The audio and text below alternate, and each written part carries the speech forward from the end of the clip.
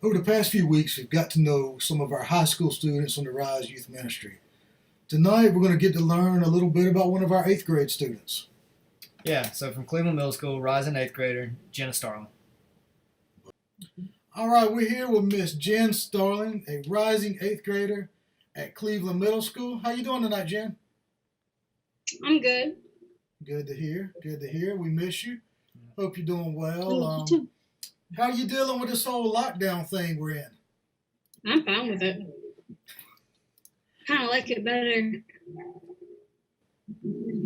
Pretty much time for myself. Daniel still annoys me a lot. That's not surprising. Yeah, that's part of his job. Big brother, he's supposed to annoy you a little bit. So that's part of it. What have you missed, if anything, about school or social life dealing with the quarantine? I kind of miss my friends. I don't miss being at school.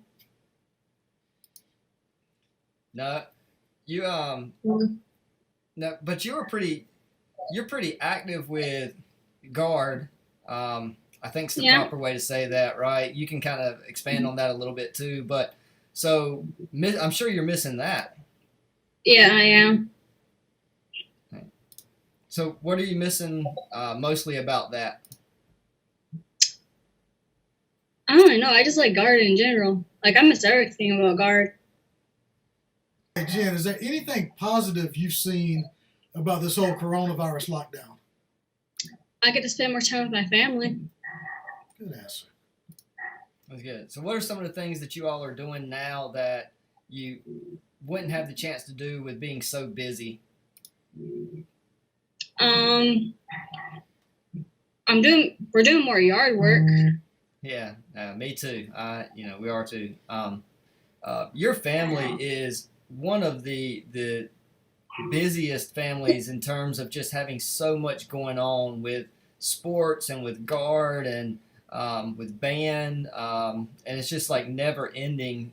Parents just constantly taking you guys and doing everything for you. And so I know during school and when all that happens, you guys really don't see each other as much. One of you's at practice and then the other one's at another practice, and you kind of all get together and eat real quick and don't have a lot of time together. So outside of that yard work, is there anything else that you guys are kind of experiencing as a family and doing as a family that you haven't done before or didn't get to spend as much time doing before? We're having a lot of fires, like bonfires, and then we'll eat outside with each other. We're basically spending more time with each other, I guess. That's good. You probably needed that time with everybody. But with that time, which of your brothers is getting on your nerves the most? Daniel. No question, Daniel. Mm-hmm. Daniel's the one getting on most of my nerves. Okay, another serious question. What do you miss most about youth group? Probably hang out with all y'all. Without being able to go to church in a building, as we commonly refer to church, but without being there and having that normal service and that type of thing, is there any supplemental reading, whether it be a Bible app or a podcast or a YouTuber, anything inspirational that you've been doing to kind of supplement that to help you get through? Right now, with everything going on, what do you think God is trying to teach you in this moment? I really don't even know. Probably be nicer to those around me. Yeah, when you're around the same people all the time, you got to learn to start being nice to them. Yeah. Yeah, that's good. I listen to Christian music sometimes. Good stuff. Who's some of your favorite Christian artists? Mandisa. Mandisa. I like it. So Jen, I know you're not able to be at school with all of your friends, but who do you say your best friend is? Thanos. Wow. What? Well, he doesn't even go to school with us, but that's okay. What does he do that you like so much? Not them. Yeah. Yeah, but that's like half the population. Yeah, that's not a good thing, but okay. Hey, whatever floats your boat. Yeah. Appreciate you. We miss you. We love you. And hope to see you soon. I miss you too. All right.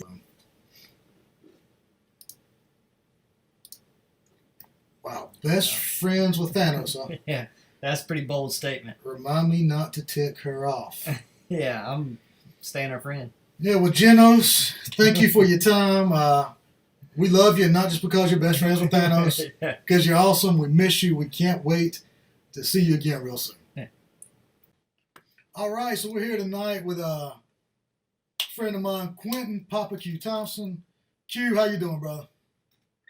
Feeling good, man. Feeling good. Life is good. And this is just one of those instances where back in life before the corona, when we could have service and do things like normal, I always said, man, I wish Q lived closer. This is the type of person I like to speak to our youth group. So tonight, Q, you're speaking to our group. You're speaking to whoever's watching, man. I'm glad you're here. I'm glad to be here, brother. All right. So, Q, man, this is Mark. I know we've never actually met in person, but Jay, he talks about you all the time and just got so much respect for you and the stories he's told, all the things you guys have done in Jamaica and just staying in contact after that. And one of the things he talks a lot about is you just being like a mentor. So just kind of share with everybody what that means to you and just kind of what you're doing with mentoring youth. Okay.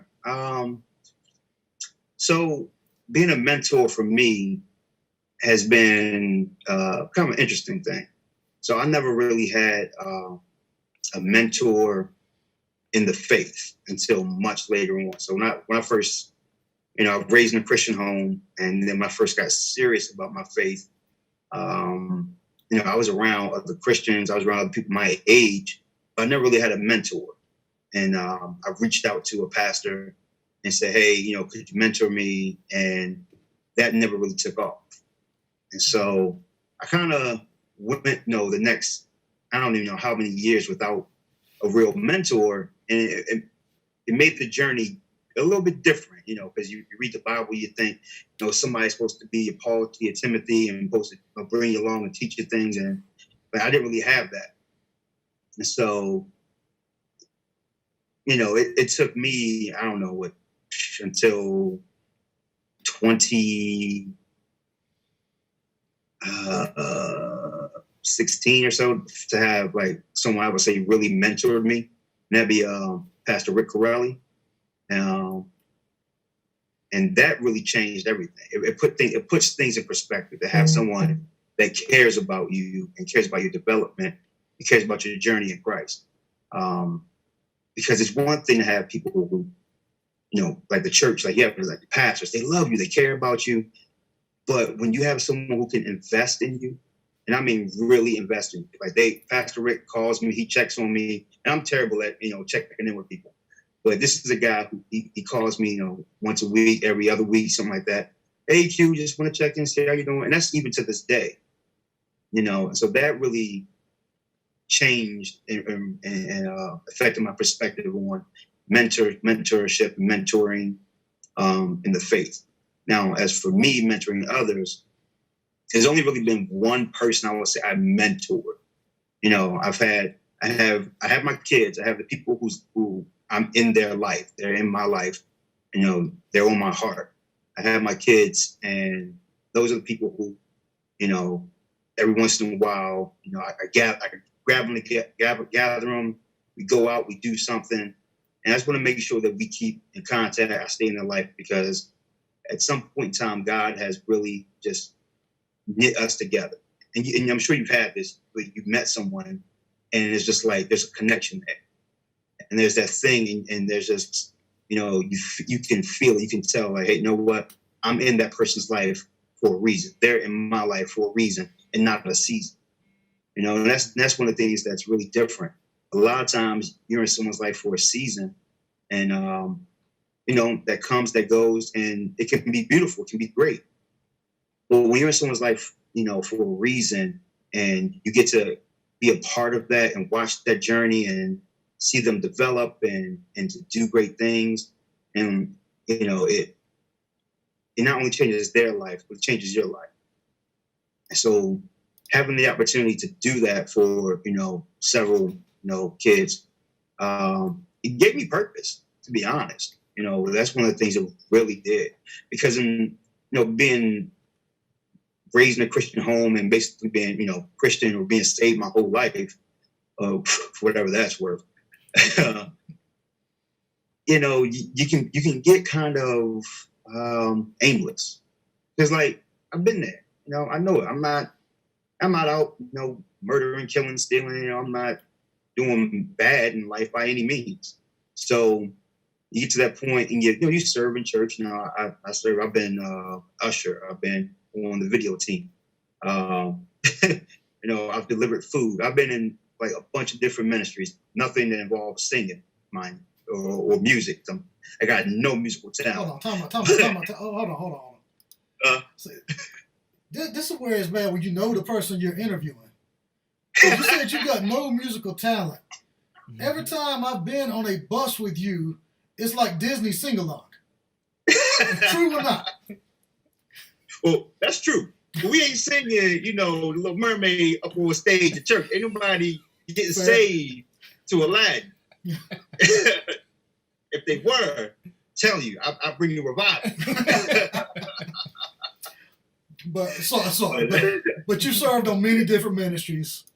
Yeah. So, I've served on many ministries, but really working with the youth is kind of what gave me purpose for a lot of years in the faith, and finding that those connections really grounded. And it's like they saved my faith in essence, because I was going to church, but I didn't feel connected. And that's one of the things that pouring into someone intentionally can do for you. And it did for me. I had a purpose to go to youth group. There were people I wanted to see, people who wanted to see me, and checking in with them and being a part of their life, gave me a great deal of purpose. Yeah. And I've had like the privilege to meet some of these kids that have been in your life for these seasons. I mean, like, always much love for the Baltimore teams when we traveled on Friends Forever trips. And, even the kids in some of the homes in Jamaica, Papa Q's here, just like have gravitated. But speaking about missions, how has missions affected your life? Oh man, missions has been, so just in the same way youth group gave me purpose, mission, I guess I could say missions kind of identify my purpose, my calling, really.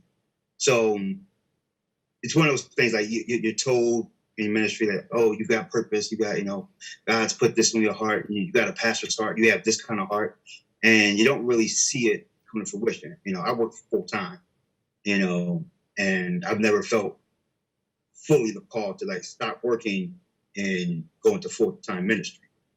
I have all the love and respect for it, but that's never been in my heart, And so it's kind of like, well, if I don't do full-time ministry, what am I doing? But then missions came along, then that first trip to Jamaica, and it gave me an opportunity to do more. And yeah, it's a brief segment of a year, but that evolved. Going to Jamaica once a year, it was, it's like a brief point or part of the year, but it was like the highlight of the year.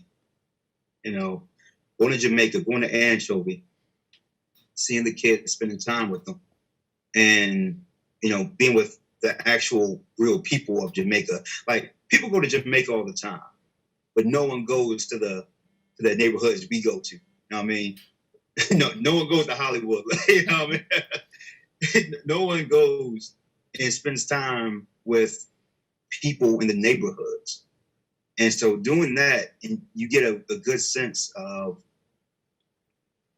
there's a much larger world than the world you live in. It's made me grateful. It's made me just more appreciative of my life and all that I have and all that I'm able to do.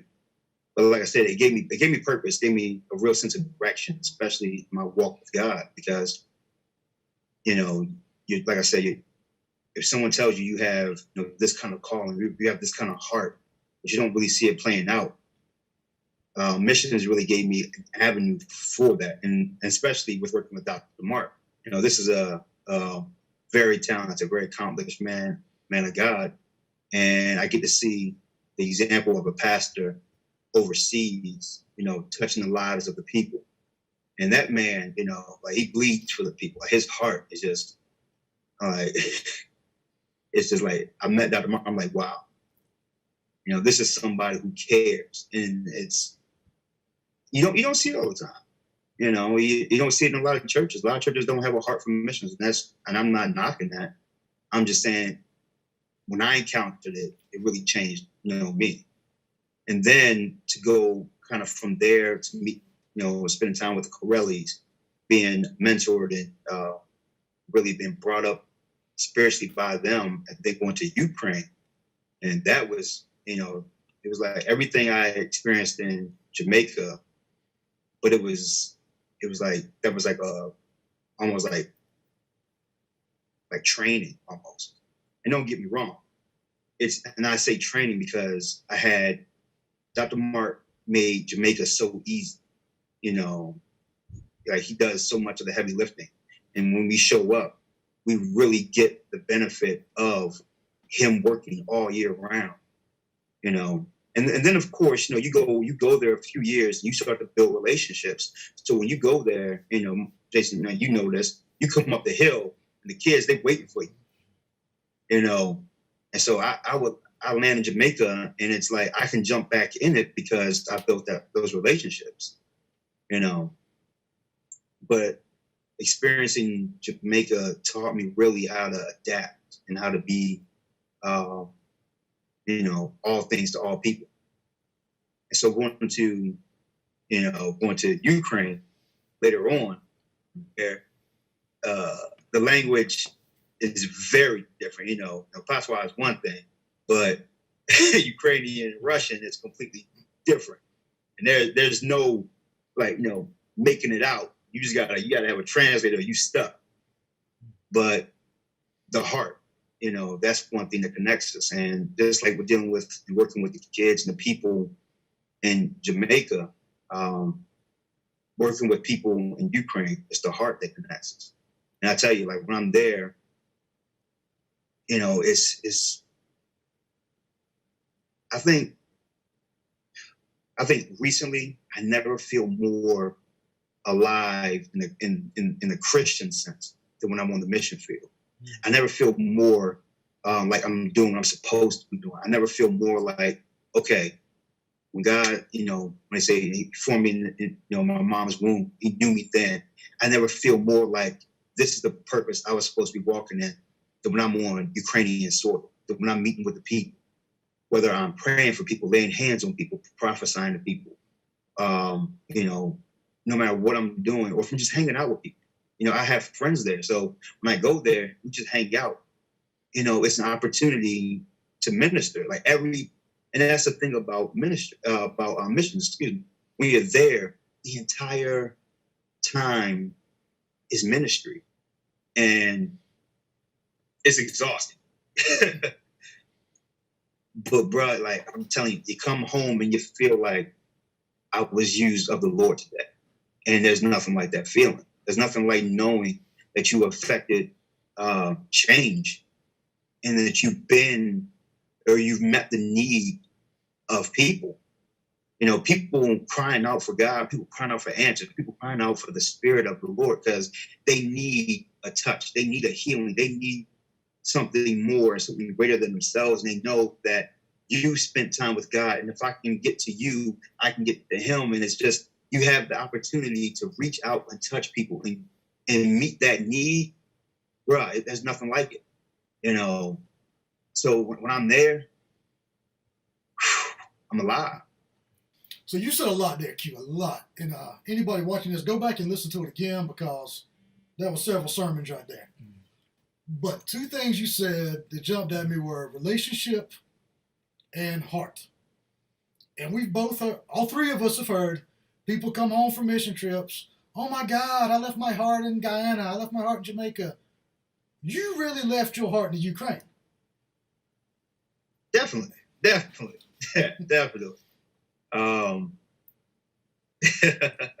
Yeah. So one of the benefits of traveling with, your spiritual parents, they're always looking out for you, right? And so, every trip I show up in Ukraine, we go to church. The first thing Pastor Rick does, he gets up there, says, "Hi, I'm Pastor Rick Corelli. I've been to Ukraine, 50 something times since 1990. And I'm here today with, usually he'll say, my beautiful wife, Vicky, and we have our spiritual son, Quentin." And I'll stand up and he'll go, "All right, Q, stay standing. Ladies." Q was single, he's looking for a Ukrainian woman. And so I got to stand there while, he advertises me to the single ladies in the church. But he's done that a lot, and he does it sincerely, and it's kind of funny. But yeah, back in 2018, we went to a new city, Ushkara, and there was a pretty girl behind the coffee counter. And funny thing, I went to Ukraine. I was like, "Look, Lord, I'm done looking for women. Like, this ain't working. I'm done. Like, I'm gonna need you to fix this thing. We'll talk when I get back, but I'm done. I need to be focused." And I get there, and like, okay, she's nice. And her pastor comes to me like, "Quentin, what about Anya? Like, what about it? Like, she's beautiful. Strong woman in the Lord. Maybe." And I'm like, "Wait, what? You could just give me, somebody? What is this?"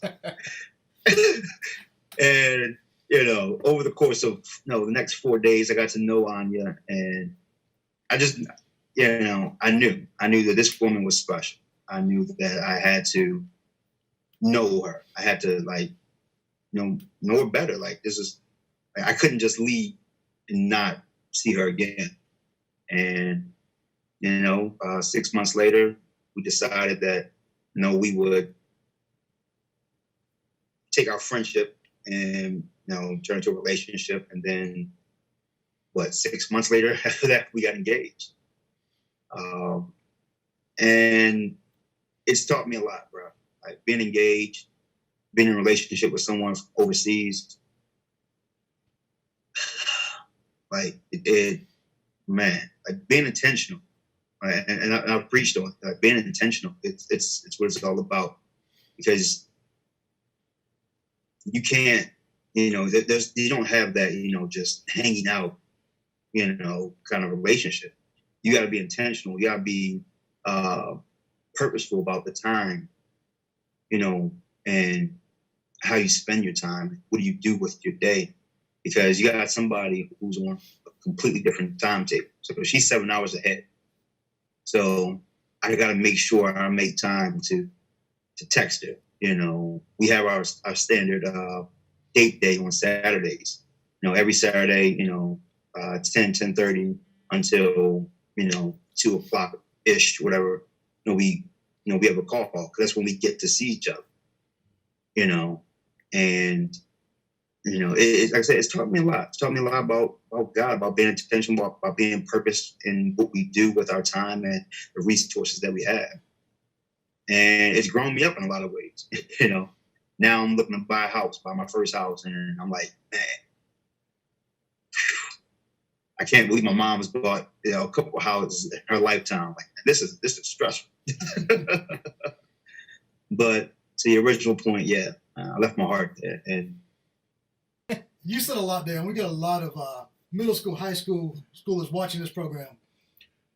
What my man said about being intentional with your time please, Yeah. please remember that with relationships you may have, if somebody doesn't have time for you and you're in the same city, they probably ain't the one for you.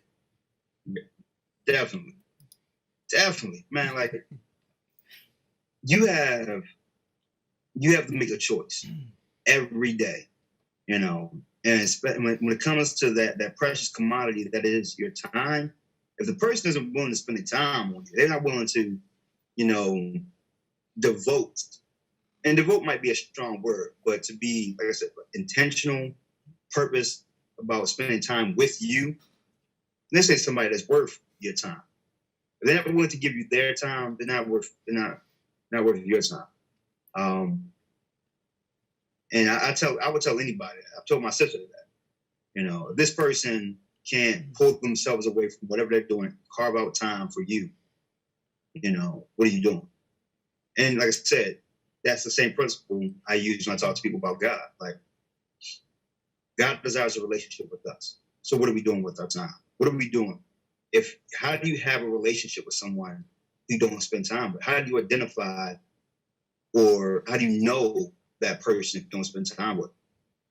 I couldn't identify the voice of the Lord if I didn't read His Word, if I didn't spend time getting to know Him. So how, and to make it practical for the young brothers out there. Okay, you desire a relationship with this this girl, but if you don't spend time with her, she don't spend time with you. How do you know who you're dealing with? Because I'm gonna tell you right now, when you first meet somebody, you know, you ain't meeting them. You meet, as Chris Rock once said, you meet a representative. You know, but spending time with someone, you get to see the real person. You get to see who they really are.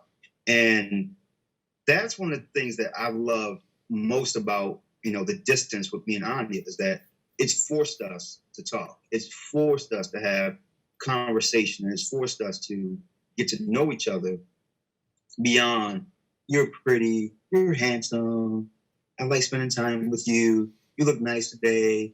You know, it's forced us to have deep conversations about, you know, our past and what we want for the future. You know, what moves us, what drives us, you know, what are the things that we care about?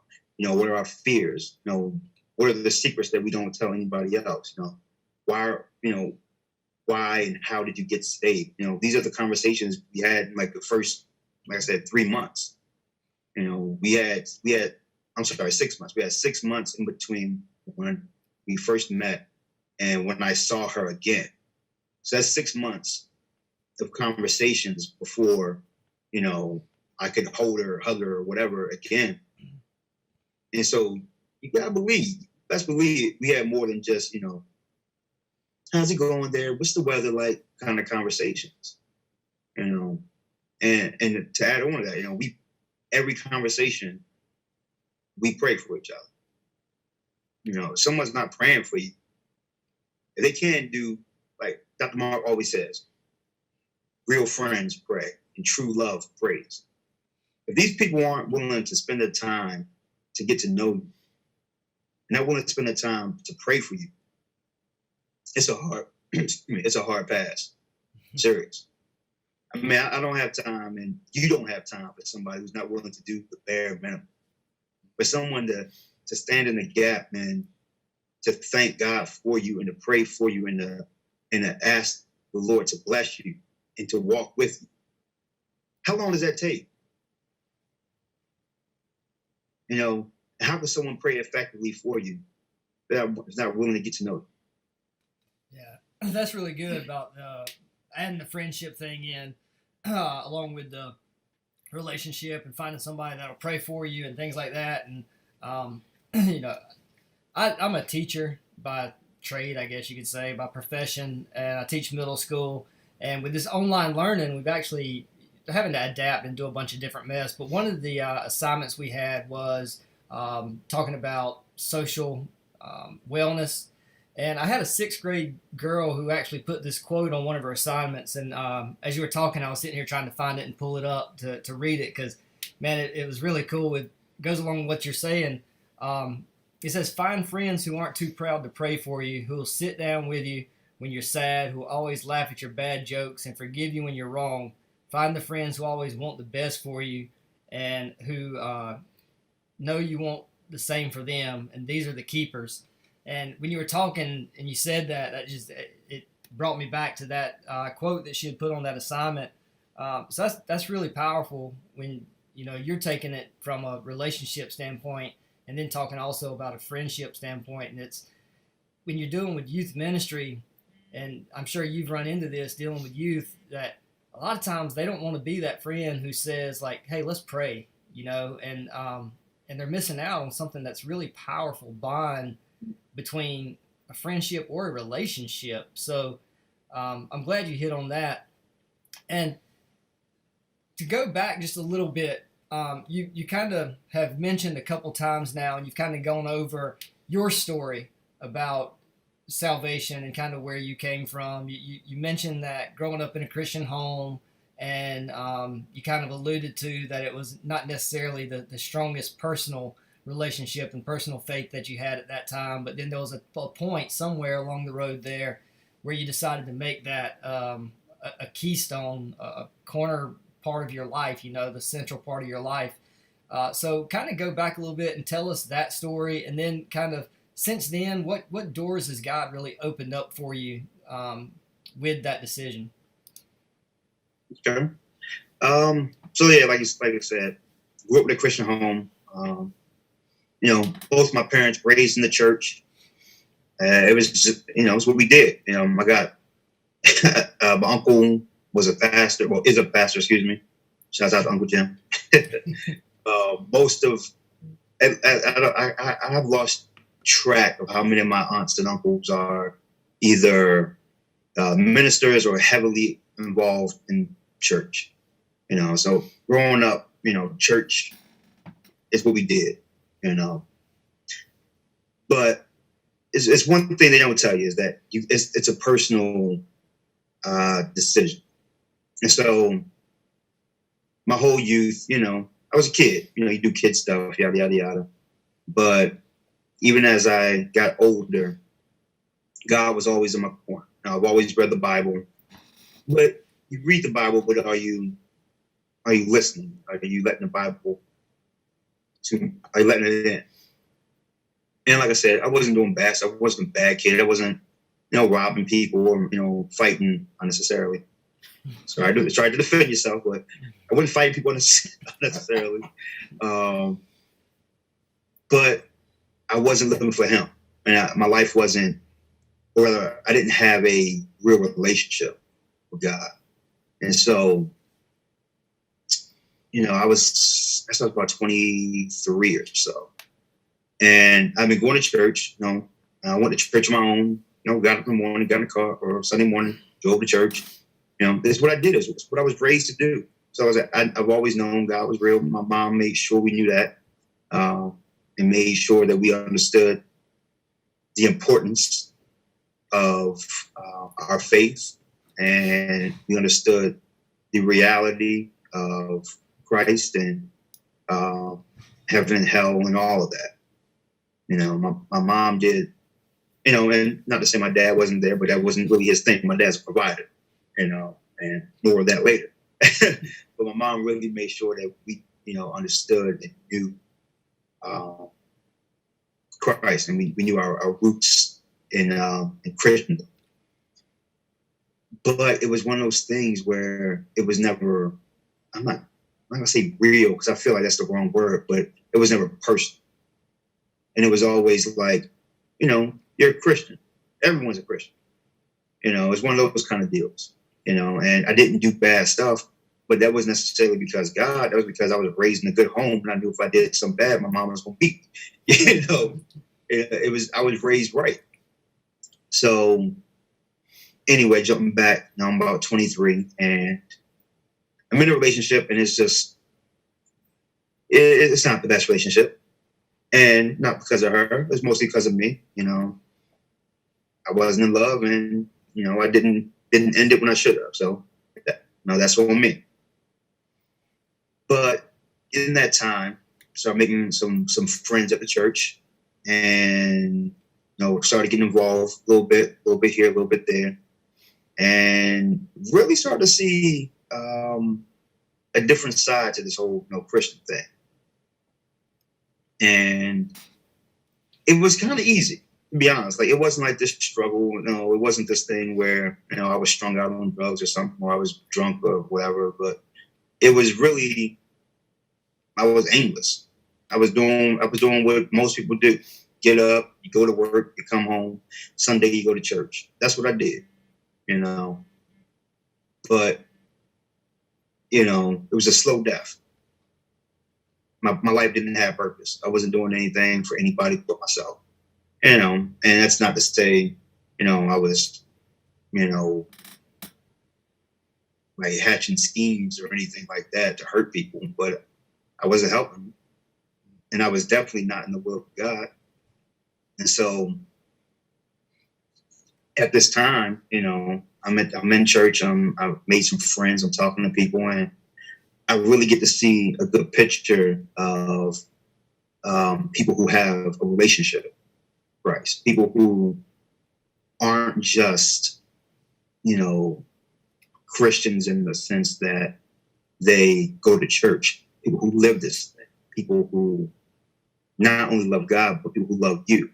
And I gotta tell you, that's what did it. It wasn't, the church was great. Services were always on point, but it was the people. It was meeting people who cared about me. It was meeting people like Miss Tammy who cared if I showed up at church or not. It was meeting people like Bud, the usher, who always had a spot for me. It was meeting people who noticed, who saw me, I should say. And that right there, and that's why I speak about relationships and the importance of it, because you can sit under the most fire preaching, but if you feel like just another, number in a crowd,